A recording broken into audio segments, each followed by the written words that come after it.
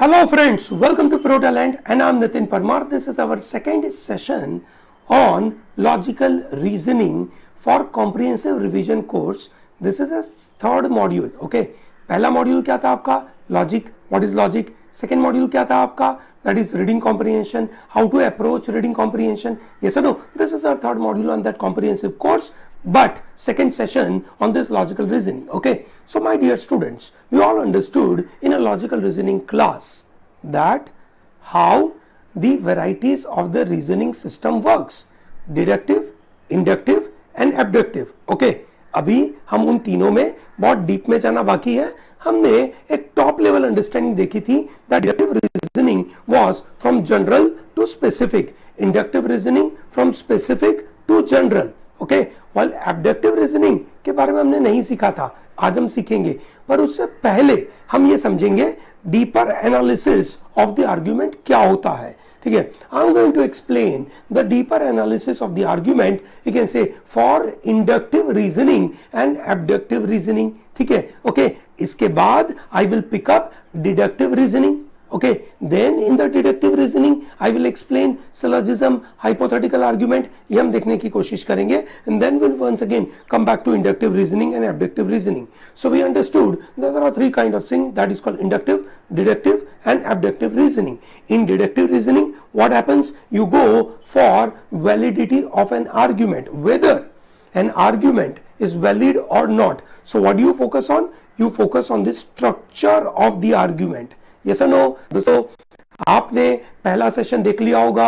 Yes no, पहले session के बाद ही ये दूसरे सेशन पे आना है दोस्तों, तभी तो आप क्लैट 2021 में माशाल्लाह स्कोर लेकर आएंगे. मेरी गारंटी है bye completing this course that you will be in a position to do well in your logical reasoning section and you will possibly get more than 70-80% marks in your logical reasoning after completion of this complete module. ठीक है, and 10-12 अपने दोस्तों को भी इस channel को like करने के लिए लेकर आइए दोस्तों.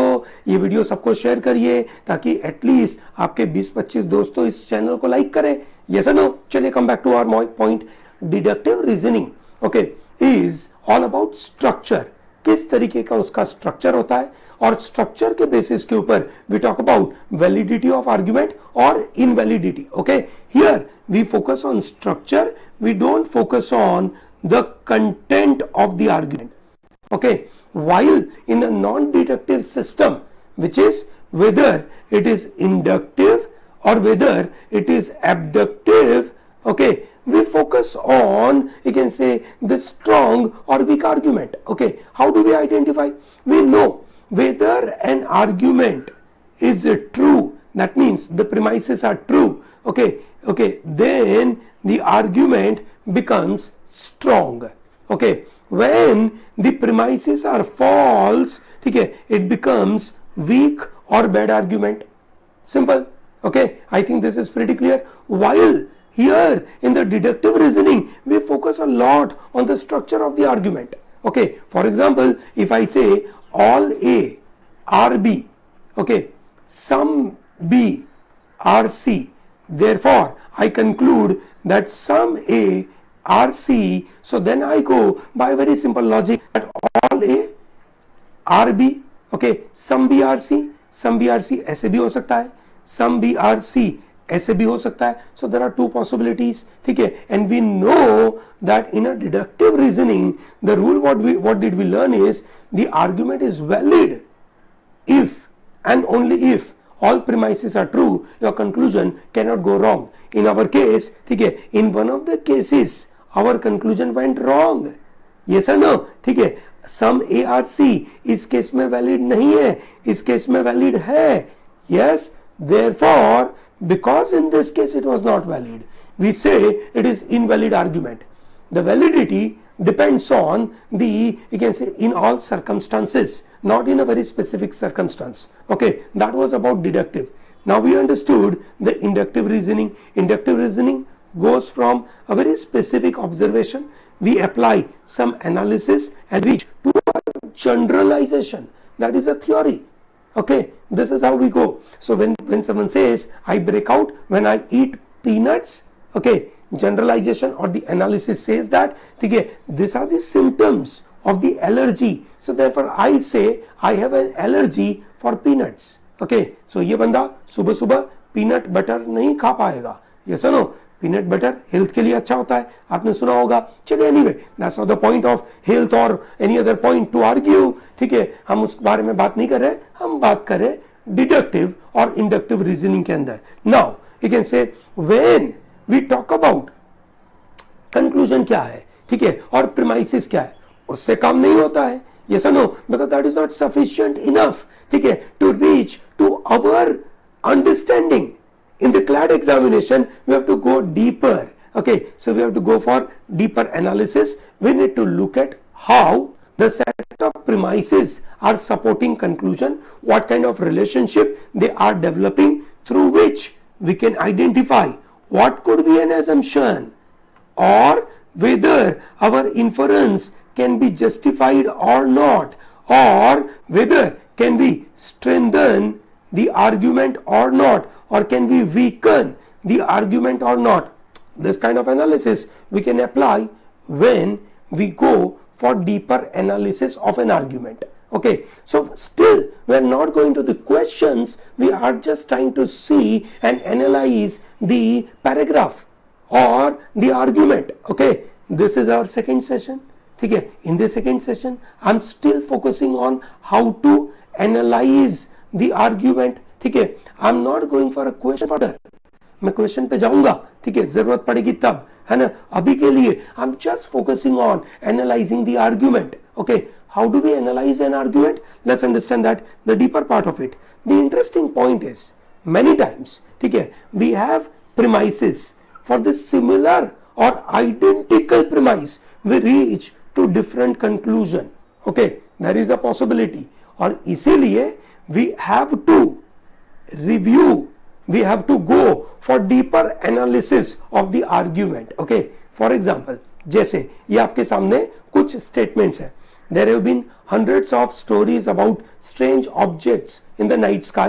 There is some video evidence of these strange objects. Some people have recalled encounters with the extraterrestrial life forms.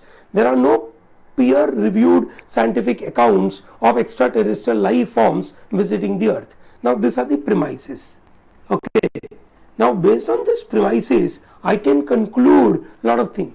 I can conclude that there are extraterrestrial life which science couldn't find out. Okay, that's the kind of conclusion I make.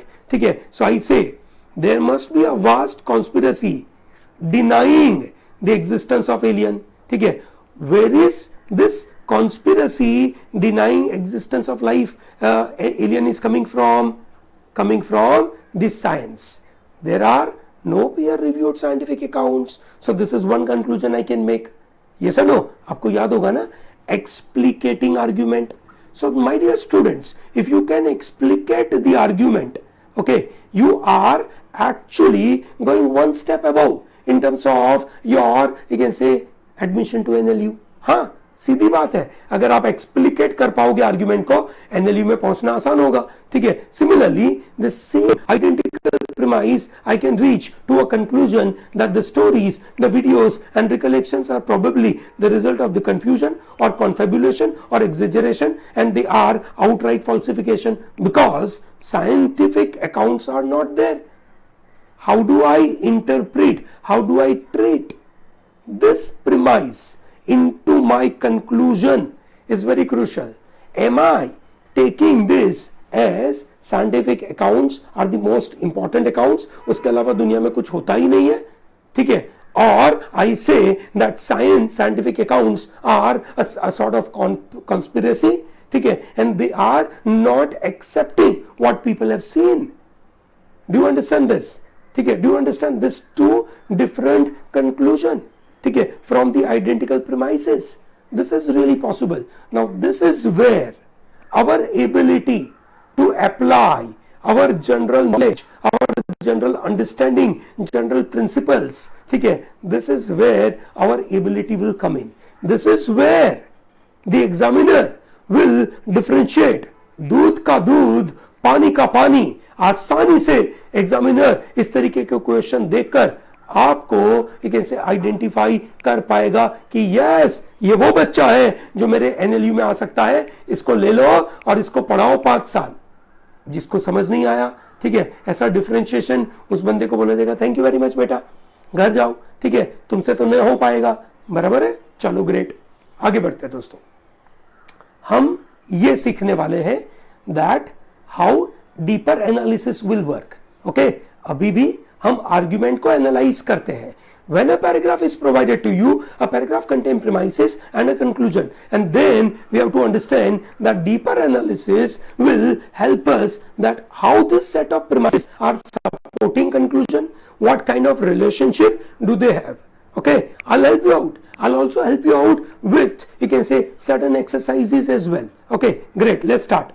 सबसे पहला तरीका है independent premises. What do you mean by independent premises? It means premise 1 will also lead to conclusion number 2 independently. It doesn't require premise 2, while premise 2 will also reach to conclusion independently. It doesn't require premise 1. Okay, for example, America's invasion of Iraq was an act of aggression, not self-defense. In addition, it was unreasonable to expect the benefits of the war would outweigh inevitable horrors it would unleash. Therefore, Iraq war was not justified. So here, this is Iraq war, not justified. ठीक है, war is unjustified. Okay, this is the conclusion.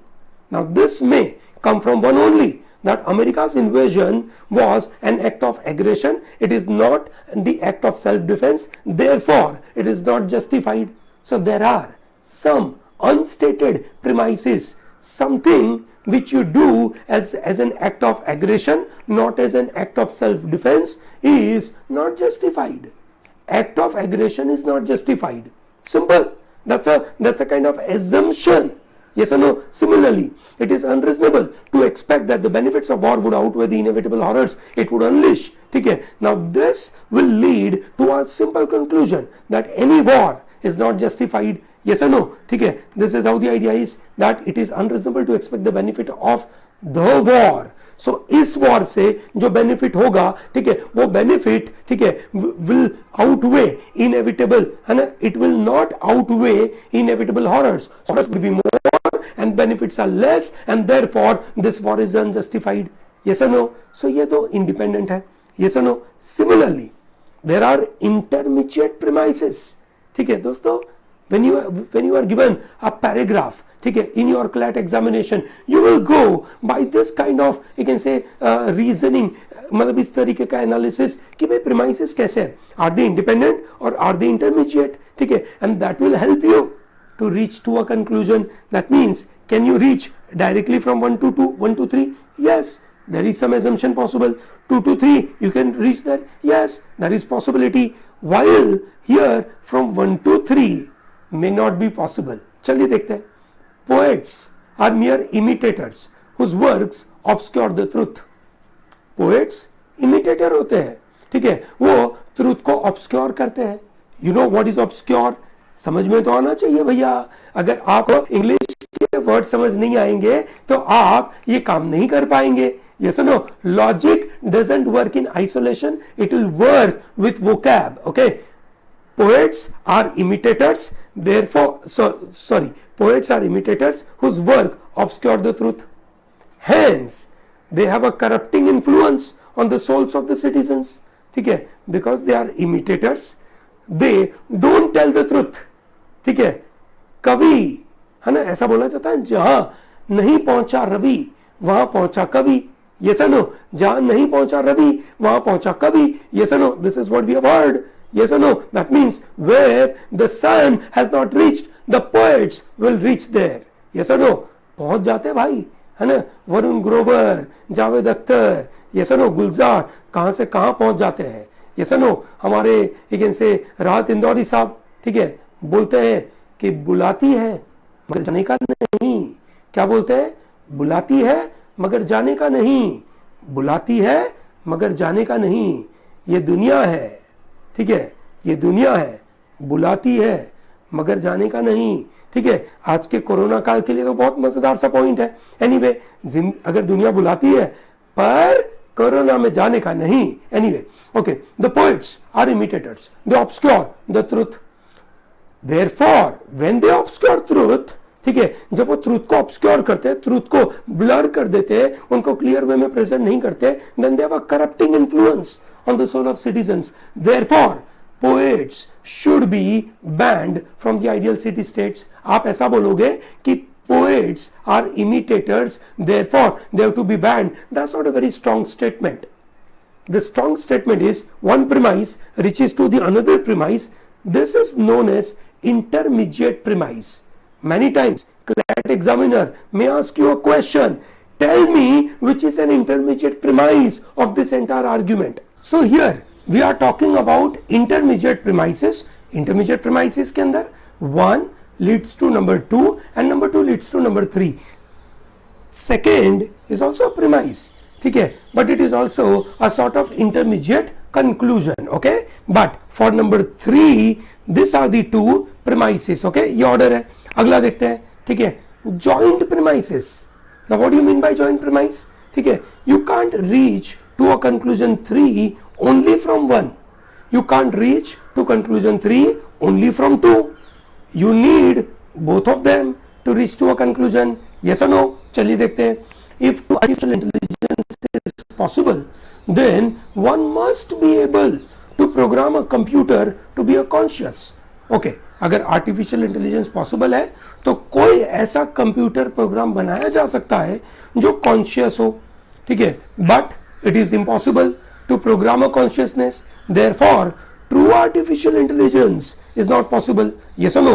so पहला कि अगर artificial intelligence possible है तो conscious program बनाया जा सकता है। yes or no? अब conscious program बनाया नहीं जा सकता, इन दोनों को साथ में लेंगे तो ये conclusion valid है। yes or no? I think this is pretty clear। great, joint premises। दोस्तों एग्जाम में ये भी सवाल आते हैं, you should know। and then there are complex arguments। what happens in a complex argument? okay, there you can say many premises are given।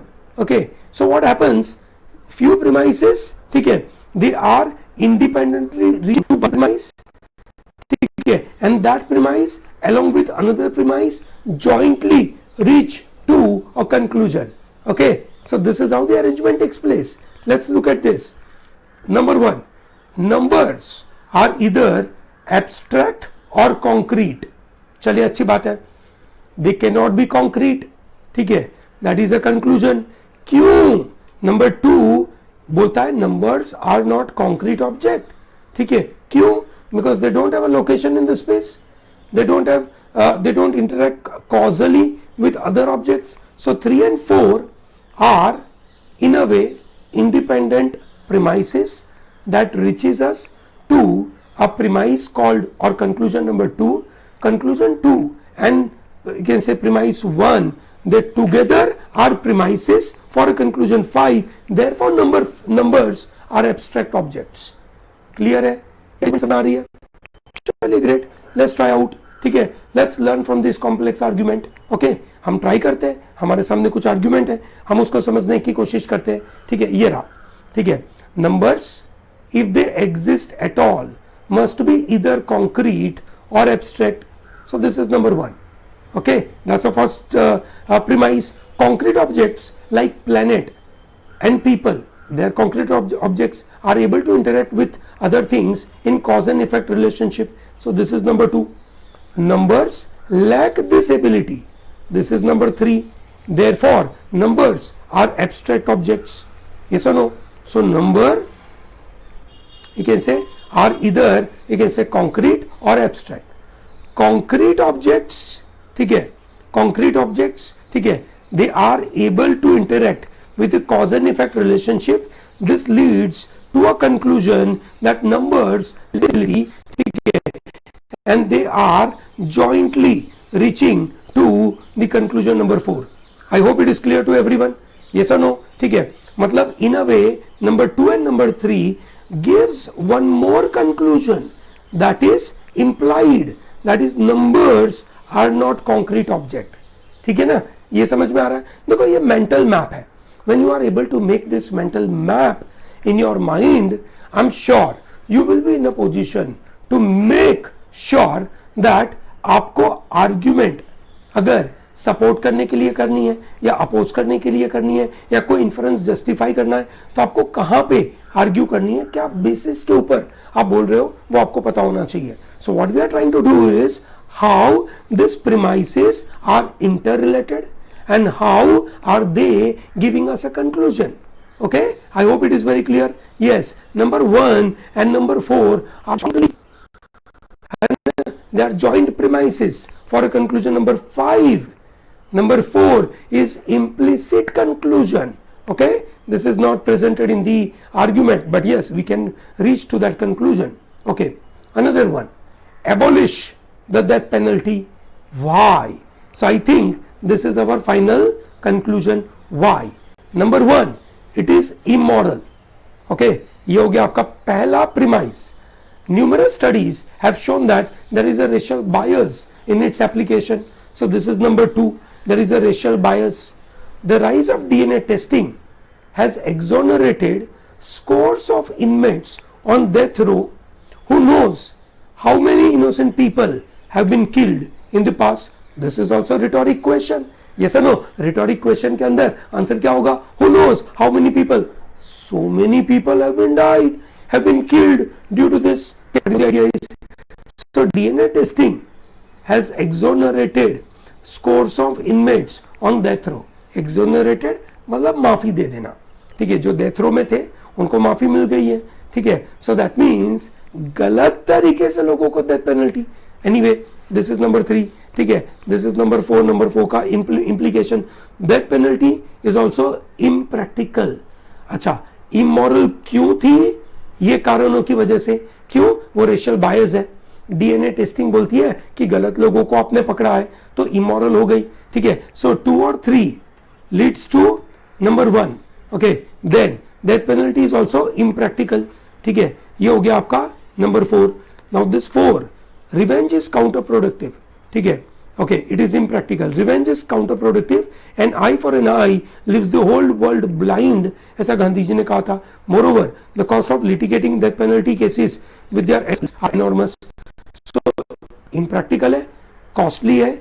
इसको अगर मैं बोलूं कॉस्टली है तो ये 5 हो गया, गांधी जी ने बोला वो 6 हो गया, और जो कंक्लूजन है वो आपका 7 है. ठीक है, सो आप देख सकते हैं कि इतनी सारी चीजें आप आइडेंटिफाई कर सकते हैं कि भैया ये जो इमोरल का आर्ग्यूमेंट है, ओके, और जो इम्प्रैक्टिकल का आर्ग्यूमेंट है, ठीक है, उसकी वजह से हम बोलते हैं that it is to be abolished. ठीक है, and how are they connected has to be developed in our mind. Obviously इतना प्रिसाइज नहीं बनता है. ठीक है, पर इतना समझ में आ रहा है कि ये जो सेंटेंस थे, पहला और दूसरा, they are, that is you can say 2, 3 and 4.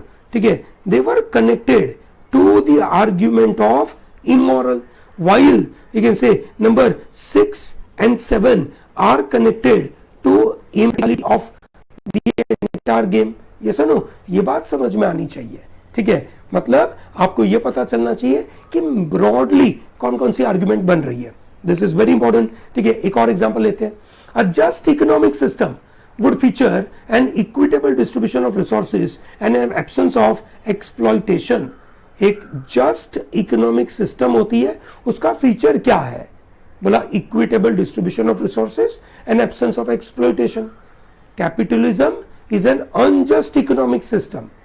Okay, I think this is a conclusion. Okay, इसको नंबर 1 दे देते हैं. Under capitalism, typical distribution of wealth is highly skewed. है ना?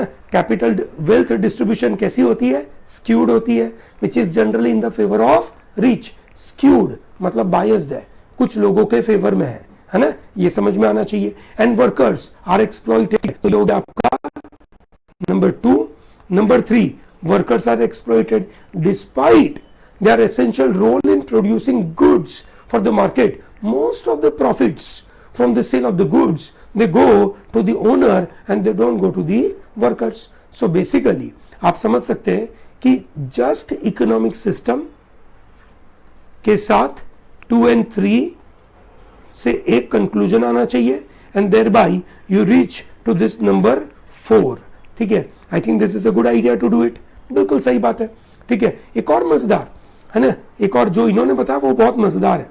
जस्ट इकोनॉमिक सिस्टम, ठीक है, कैसी होनी चाहिए? Equitable distribution and absence of exploitation. Number 2 बोलता है कि भैया इक्विटेबल डिस्ट्रीब्यूशन नहीं है, सो 1 and 2 लीड्स टू 4. ठीक है, और 1 and 3 says absence of exploitation. भैया एक्सप्लॉयटेशन होता है, ये सुनो, can also lead to number 4. I hope you are able to get this idea. Yes और नो? Very good. चलिए आगे बढ़ते हैं. एक और, the mind and the brain. Now why I am doing all this? Just to help you out. ठीक है, to understand how to evaluate an argument. आप आर्ग्यूमेंट को कैसे इवेल्युएट करोगे, ये बहुत इंपॉर्टेंट है. आर्ग्यूमेंट अगर सही तरीके से इवेल्युएट करोगे आपको प्रॉब्लम नहीं होगा. ठीक है, चलिए देखते हैं. The mind and the brain are not identical. How can things be identical if they have different properties? ठीक है, कैसे, अगर दो अलग अलग चीजें तो आइडेंटिकल कैसे हो सकती है? मतलब दो अलग अलग चीजों कभी भी सेम नहीं हो सकती. दो अलग अलग चीजें कभी आइडेंटिकल नहीं हो सकती. इस क्वेश्चन का ये मतलब है. There is a property that mind and brain do not share. The brain is divisible, mind is not. Like all material thing, the brain can be divided into parts of different hulls, different regions, different. But mind is a unity. It is my thinking essence in which I can discern no separate part. ठीक है? That means mind and brain, they are different. Okay, they are not identical. Okay, so आप देख सकते हैं कि अगर मैं इसको डिवाइड करूं, identical objects have same properties, that is 1. Okay, mind and brain do not have same properties. कैसे उनके पास सेम प्रॉपर्टी नहीं है? Mind is not divisible, brain is divisible. ये सुनो, तो that way we say number 3 leads to number 2. That means mind and brain do not have same property. So from 1 and 2 jointly we can reach to a conclusion. Number 4 says that mind and brain are not identical. Okay, great. Is that very clear? बहुत अच्छी बात है दोस्तों. एक और example लेते हैं. Every able-bodied ought to participate in the workforce. जो भी एडल्ट है, जिसकी बॉडी सही से काम करती है, उसको वर्कफोर्स में काम करना चाहिए. काम करना चाहिए. ठीक है, मॉरल कंक्लूजन आया. ठीक है, तो मुझे लगता है ये कंक्लूजन होगा. The more people working the greater the Nations wealth which benefits everyone economically. In addition, there is no replacement for the dignity workers find on the job. ठीक है, the government should therefore issue tax credits to encourage people to enter the workforce. बिल्कुल सही बात है. Government को tax credit देना चाहिए जो लोग वर्कफोर्स में काम करते हैं. So this is a conclusion. ये पहला पॉइंट, दूसरा पॉइंट, तीसरा पॉइंट, ये चौथा. The 4 is a conclusion. ठीक है, नंबर 1, आदमी को अगर कैपेबिलिटी है काम करना चाहिए. Number 1. Number 2, more people working. ठीक है, that is for the Nations wealth. ठीक है, ये भी नंबर 2. देखा जाए तो दोनों इंडिपेंडेंटली काम कर सकते हैं. ये सुनो, in addition there is no replacement for the dignity workers find on the job. So लोगों को डिग्निटी वहां से मिलती है. तो अगर इनको कनेक्शन देखें तो क्या कनेक्शन है? नंबर 1, दैट जिस आदमी के पास कैपेबिलिटी है उसको काम इसलिए करना चाहिए क्योंकि देश के वेल्थ के लिए होगा और डिग्निटी मिलेगी. साथ में some individual will not be able to work without any tax credit. Tax credit के बारे में कंक्लूजन में बात हो रही थी, कहीं पे भी पैराग्राफ में बोला नहीं था, तो ये इम्प्लिसिट है. ठीक है, इसको आप एजम्पशन बोल सकते हो. ये सुनो, इस एजम्पशन के बेसिस के ऊपर ही तो आप नंबर 5 बोलोगे. ये सुनो, उसके बगैर तो नंबर 5 कैसे आएगा? बस idea of division of argument, explicating argument is helping you to understand कि किस तरीके से conclusion आ रहा है. So we are developing this deeper understanding of the argument. Okay, चलिए देखते हैं दोस्तों, आगे बढ़ते हैं. So what did we learn? We learned that deductive reasoning tells that there is argument which is valid or invalid. बस उतना ही होता है, nothing else. yes or no? इसके अंदर फॉर्म इंपॉर्टेंट है, ठीक है, स्ट्रक्चर इंपॉर्टेंट है, yes or no? Content important नहीं है. So what ever you study in a syllogism, ठीक है भैया, फॉर्म और स्ट्रक्चर इंपॉर्टेंट है. दोस्तों मैं आपको ये डिडक्टिव रीजनिंग के ऊपर और इंडक्टिव रीजनिंग के ऊपर जो आज हमने बात करी उसके ऊपर एक अच्छा सा पीडीएफ दूंगा पढ़ने के लिए और उसके ऊपर से क्वेश्चन सॉल्व करने के लिए. बहुत मजा आएगा, ठीक है. Great. Then reasoning. Now what happens in inductive reasoning? You have a strong argument और a weak argument. Okay, now how the premises are connected with each other and how do they reach to a conclusion that defines कि argument strong होगी या weak होगी. Clear है सबको? Very good. ठीक है. So inductive argument अभी हमने सीखी, जितनी भी argument अभी तक हमने देखी ना वो सब inductive argument थी. Yes. Now we understand the abductive one. दोस्तों what are the abductive argument? Abductive arguments are giving conclusion that attempt to explain the phenomena found in the premises. Premises के अंदर जो phenomena, जो you can say चीजें देके रखी है उसका explanation conclusion में मिलता है. बहुत मजेदार पॉइंट है, वापस समझिए, ठीक है, वापस समझिए. Abductive argument क्या है? ठीक है, abductive argument ये है कि भैया you can say जो कंक्लूजन है, ठीक है, वो conclusion itself gives an explanation to the premises presented in the argument. Okay, ठीक है. So that means abductive inferences ऐसे है जो हम reading between the lines हम जो infer करते हैं, ठीक है, हम जो context में जो clue देके रखी है उनमें से हम कुछ conclude करते हैं. हम 2+2 को जोड़कर उसके ऊपर से या तो 2+2 4 करेंगे या तो 2+2 5 करेंगे या 2+2 11 करेंगे, है ना. किस तरीके से हम कनेक्ट कर पाएंगे. सो दोस्तों ये है abductive. Abductive arguments are generally giving a conclusion और गिविंग एन इन्फरेंस, ठीक है. और वो इन्फरेंस कैसा होगा, ठीक है दोस्तों. एब्डक्टिव आर्ग्यूमेंट के ऊपर ही तो क्वेश्चन पूछे जाते हैं आपको आरसी में कि which of the following is an inference, ठीक है. आपके जो आपके लॉजिकल रीजनिंग है पूछा कि which of the following is an inference. Inference is giving an explanation to the premises कि ये प्रीमाइसिस एक दूसरे के साथ जुड़े कैसे, है ना. फॉर एग्जांपल एक एग्जांपल लेते हैं. एब्डक्टिव आर्ग्यूमेंट क्या है ये सुनो दोस्तों. एब्डक्टिव आर्ग्यूमेंट है ना एक तरीके से ये रहा, देखो कैसा है ना. आपका ये जो है ना शेरलॉक होम्स है वो क्या बोलता है. The victims body has multiple stab wounds on his right side. There was an evidence that there was a struggle between murderer and the victim. ठीक है. Therefore, Sherlock Holmes बोलता है murderer was a left-handed. ठीक है. He says, मतलब उनके जो दोस्त है डॉक्टर वॉटसन पूछते हैं कि भाई साहब कैसा, बोला सिंपल डिडक्शन. ठीक है. वो Sherlock Holmes जाते बोलता है हाँ murderer would be a left-handed. Yes or no? ठीक है. वॉटसन बोलेगा कैसे, बोला by deduction. So it is not deduction, it is उसको होना चाहिए abduction. क्यों abduction? He is giving an explanation. कैसे? Victim body has a multiple stab on the right hand side.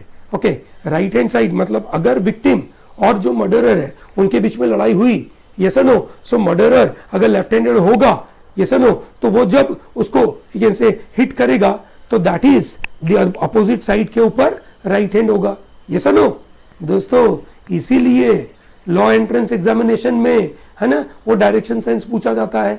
ऐसा नो लेफ्ट राइट वाला इसके लेफ्ट में इसके राइट में क्यों पूछा जाता है. आप ऐसा एब्डक्टिव रीजनिंग कर सको. यस और no. Anyway coming back to our point. ठीक है. सो एब्डक्टिव आर्ग्यूमेंट अगर हम देखें है ना so that's very important in science. ठीक है. साइंटिफिक पर्सपेक्टिव पे अगर आप बात करें इट इज वेरी क्रिटिकल है ना. जनरली साइंटिफिक मेथड पे हमें जो बताया जाता है वो डिडक्टिव होती है, कभी कभार इंडक्टिव रीजनिंग होती है. एक्सपेरिमेंट करके हमको बोला कि एक बार किया, दो बार किया, तीन बार किया, प्रूव हो गया तो वी से inductively it is right. But हमें जब हाइपोथेसिस पे पहुंचना है, जब हमें कोई चीज का हाइपोथेसिस देना है तब हम एब्डक्टिव रीजनिंग देते हैं. Abduction provides an explanation for how scientists generate likely hypothesis for an experimental testing. Okay, so this is how the scenario is. So दोस्तों abductive reasoning में once again we come back to our conclusion. That conclusion has to be, you can say, strong or weak. Okay, how do we assess the strength of abductive inference? ठीक है, how do we assess? Because that is what our you can say ability to reach to a strong inference will be checked in the examination. ठीक है, CLAT वाला वही पूछेगा. तो सबसे पहली चीज है ना, आप क्या check, all the relevant evidences are provided. If critical piece of information are missing, then it is impossible for us to reach to a particular explanation. तो ये पहला पॉइंट है, बराबर है. Number 2, does the conclusion explain all the evidences provided? ठीक है, आप जिस इंफरेंस पे पहुंचते हो, जो ऑप्शन चेक करते हो कि ये ऑप्शन इंफरेंस होगा, तो you have to ask yourself, does that inference give, you can say, all explanation? ठीक है, if the conclusion fails to account for some of the evidence, then it is not the best explanation.